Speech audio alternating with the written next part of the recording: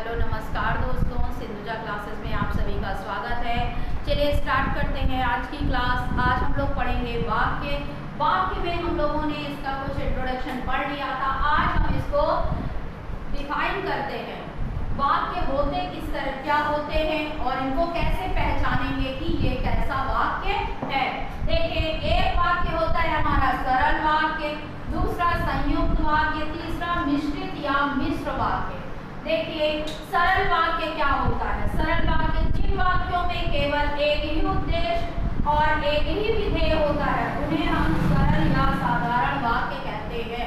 ऐसा सेंटेंस जिसमें केवल एक ही उद्देश्य हो और एक ही विधेय हो उसको हम सरल वाक्य कहेंगे। अगर इस सेंटेंस में देखिए एग्जांपल देखिए, सोहन मंदिर जाता है, इसमें एक उद्देश्य है और एक ही विधेय है। अब उद्देश्य क्या होता है, विधेय क्या होता है।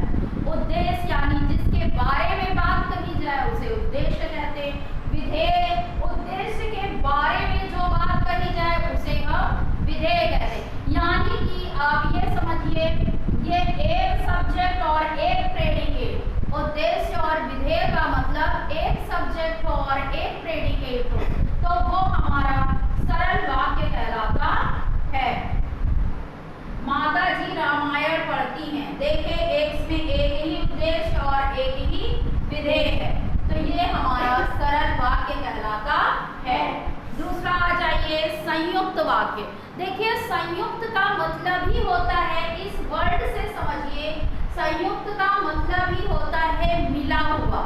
आपने संयुक्त व्यंजन पढ़े हैं, संयुक्त स्वर पढ़े हैं। आपको पता है संयुक्त व्यंजन में हमने छ त्रंग ज्ञ श्र पढ़ाया है। उसमें क्या है, जो हमारा छ है वो दो व्यंजन से मिलके बना है, उसी तरह वो व्यंजन थे और ये वाक्य है संयुक्त वाक्य।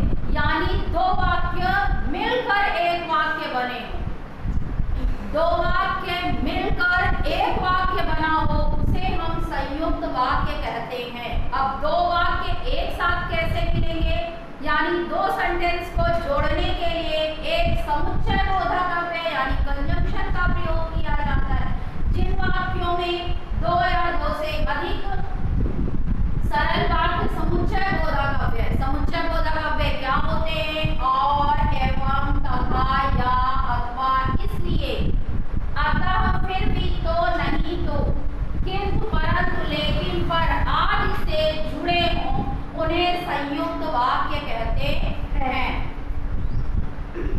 फिर से, यानी दो वाक्य हमारे इन समुच्चय बोधक अव्यय से अगर जुड़े हैं तो उन्हें हम संयुक्त वाक्य कहते हैं। जैसे देखिए, सोहन मंदिर जाता है और वहां भजन गाता है। एक वाक्य हमारा ये हो गया और दूसरा वाक्य हमारा ये हो गया और ये दोनों वाक्य आपस में और से जुड़े हैं, यानी ये वाक्य हमारा संयुक्त वाक्य कहलाएगा। आगे आइए, मिश्रित वाक्य। मिश्रित का मतलब मिला हुआ। ऐसा वाक्य जो मिश्र हो उसे हम मिश्रित वाक्य कहते हैं। समझिए, जिन वाक्यों में एक प्रधान या मुख्य उपवाक्य हो, यानी ऐसा सेंटेंस जिसके दो भाग हो, एक मुख्य हो और एक गौड़ हो। मुख्य और गौड़ का मतलब क्या होता है, मुख्य का मतलब मेन, मेन का मतलब ऐसा काम जिसके बिना दूसरा काम संभव ना हो, यानी मेन।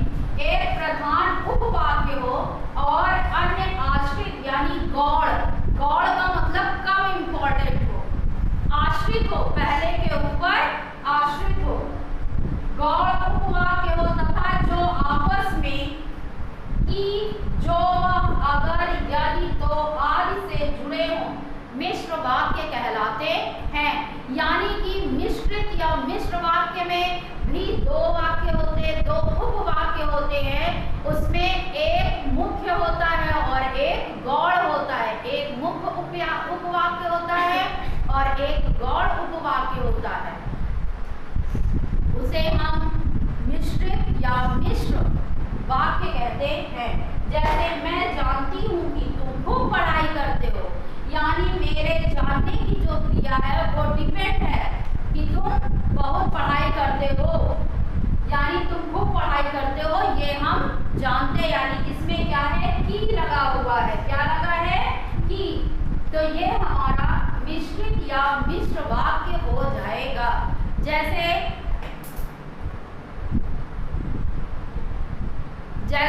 ट्रेन आएगी तो हम जाएंगे, यानी मेरे जाने की क्रिया ट्रेन के आने पर डिपेंड है, तो ऐसा वाक्य हमारा मिश्रित या मिश्र वाक्य कहलाता है। फिर से देखिए, हमारे वाक्य 3 तरह के होते हैं, सरल वाक्य, संयुक्त वाक्य और मिश्र वाक्य। सरल वाक्य में एक उद्देश्य और एक विधेय होता है, उसे हम सरल वाक्य कहते हैं।